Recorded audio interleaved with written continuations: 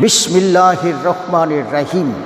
পবিত্র মুহররম শুধু মর্শিয়া ক্রন্দনের মাস নয়, বুক চাপড়ে অশ্রু বর্ষণ করে শুধু কারবালা স্মরণ করার মাসও নয়, এটা জেগে ওঠার মাস, বাতিলের বিরুদ্ধে হকের বুক চিতিয়ে দাঁড়ানোর মাস। এটা হোসাইনি মাস, আল্লাহর দিনে অটল থাকার মাস, দিন বিরোধী শক্তিগুলোর বিরুদ্ধে অবিচল থাকার মাস, জিহাদ শাহাদত আত্মত্যাগীর মাস।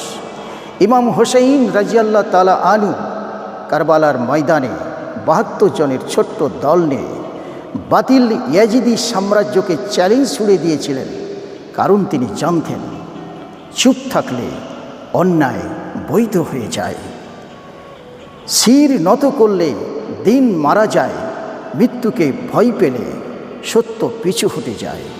এটাই সেই হোসেনিয়াত যা বাতিলের হৃৎপিণ্ডে কাফন ধরায়। এটাই সেই হোসেনিয়াত যা সত্যের জন্য হাসতে হাসতে জীবন বিলিয়ে দেয়।